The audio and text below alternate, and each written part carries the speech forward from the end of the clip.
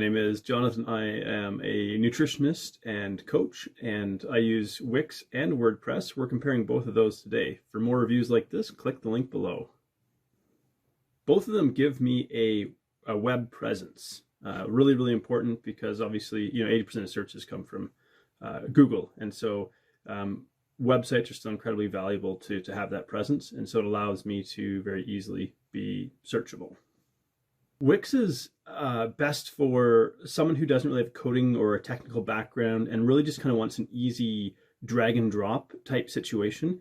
It took me less than 2 hours to create a website for one of my businesses using Wix and the drag and drop. Like I just had to change a couple of colors and things. So really like super easy, and you don't have to have tech savvy, and I found the pricing to be really reasonable as well.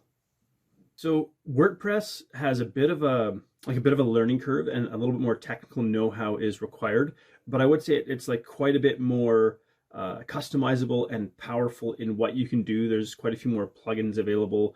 So there's if you know what you're doing and you have some tech savvy, it can be really, really incredibly powerful and robust. Getting started with Wix was, frankly, it was a piece of cake. There was very little tech know-how required, very little setup required. It was incredibly easy, and I'd do it again in a heartbeat if I needed another website. WordPress was a little bit more expensive to get set up, and there's quite a bit steeper learning curve.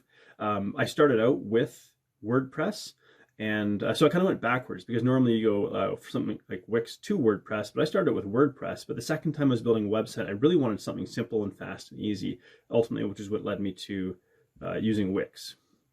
The top considerations when comparing something like Wix versus WordPress, like what is your tech know-how or tech savvy like?